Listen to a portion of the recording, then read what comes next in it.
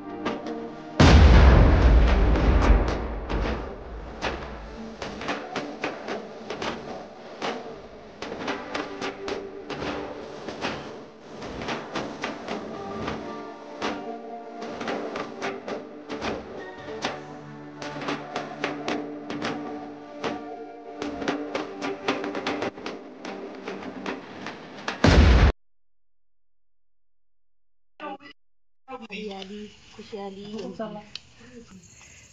दारिद्र्य रोग राई सगळं होळीचं नष्ट होऊ दे। सुख शांती खुशहाली हरियाली भरभरटून येऊ दे।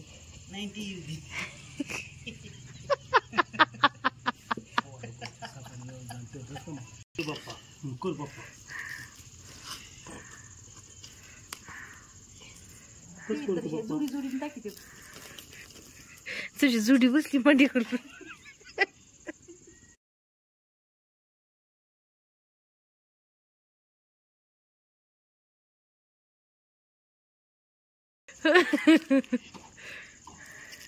आता बस ना त्याच तरी भैया इथं बोंबलायचं असतं भैया पोरांनी सरक ना माग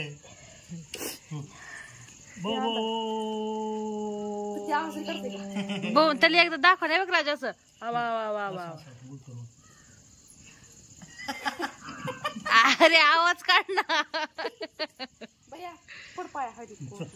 बाप्पा करू आता. बाप्पा करू आता. राज जय कर. राज बाप्पा असं कान कापीत असत. गाडी दखल ती इथं बस. इथं बस नाही यायचं. हा तर ते धुराणी कस तरी होते. बस बस. अशी बसू. कुठे गेली. गंगेकडे. अच्छा विठ्ठल विठ्ठल विठ्ठल.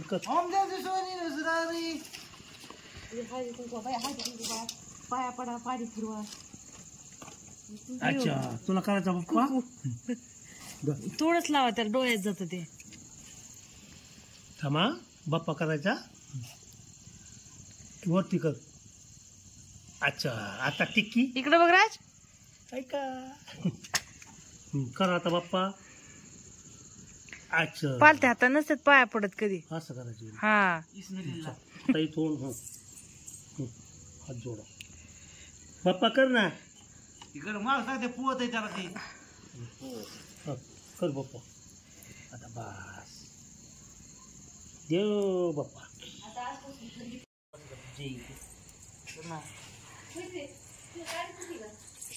इथं पेटवली होती ना आता.